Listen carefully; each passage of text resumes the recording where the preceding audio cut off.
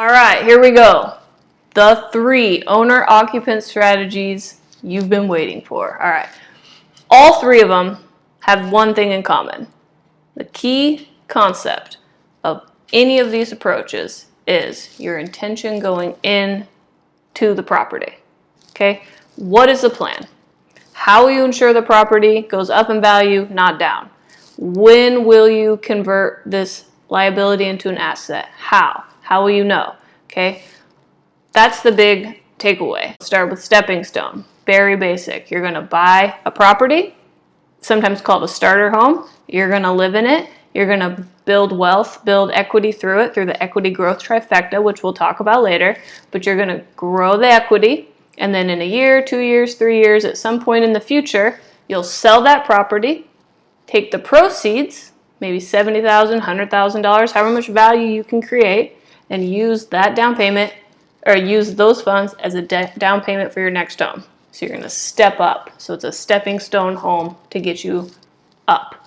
Okay, that's strategy number 1. The stepping stone program isn't really building assets. You didn't create a cash flow from that, but maybe that's not what you want to do. Maybe you just want to stepping stone your way into home ownership. Number 2, we have BRRRR Ownership. Okay, BRRRR is an acronym. It stands for Buy, Reside, Relocate, Rent, Repeat. Okay, so buy a place, still using the equity growth trifecta, so you're going to build it up. Then you're going to live there for a while. That's reside. This could be as little as a year or up to, 10 years. It doesn't really matter, whatever your plan is. Live there for a while. Then you're going to relocate, which means you're going to buy another place, move out, and then you're going to rent. You're going to rent that house out. So instead of selling it, you're going to keep it as a rental property.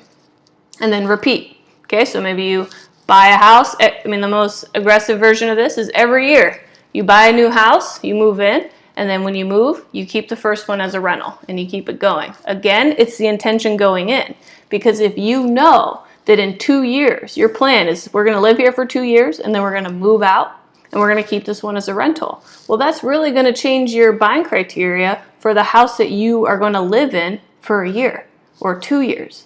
Okay, you're thinking, is this going to be a good rental property for me in 2 years? And if so, why? And if not, maybe we don't want to buy it because it doesn't work for our long-term plan.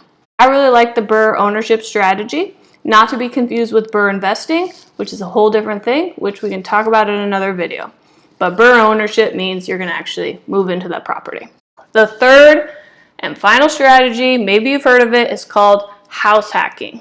Okay, house hacking, there's all sorts of variations, but the basic thing you're going to do is create an income stream somehow from the property that you're living in.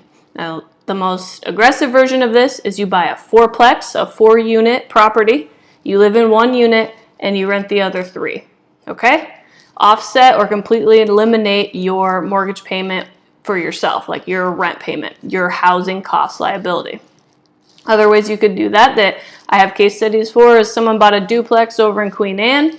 It's just, I think they were 3-bedroom, 2-bath townhouse duplex deal. They lived in one and they Airbnb'd the other one out. So that's an option. I've had a client do a townhouse where his townhouse in Greenwood, he lived in the upstairs unit, he rented the bottom, or not the unit, the bedroom, and then he rented the downstairs bedroom to a friend, so just a roommate, and created, like $800 a month income from that property. Now, obviously, that didn't eliminate his housing costs, but it reduced it substantially. Okay, so there's a lot of different ways to do this. Airbnb, roommates, tenants in a multiplex. People get real creative. I've had people start a daycare, in their home, so that's kind of a house hack. But regardless, whatever you're doing, you're living in the property and you're creating an income stream from that property. The 3 strategies: stepping stone, BRRRR Ownership, house hack. A lot of variables and a lot of ways to do all of those, because you could very well house hack and BRRRR Ownership at the same time. You could buy a 4-plex every year or every 2 years, live there, house hack, and then do it again and keep the first 4-plex over and over. So you can combine some of these as well. So if that doesn't get you excited, I don't know what will.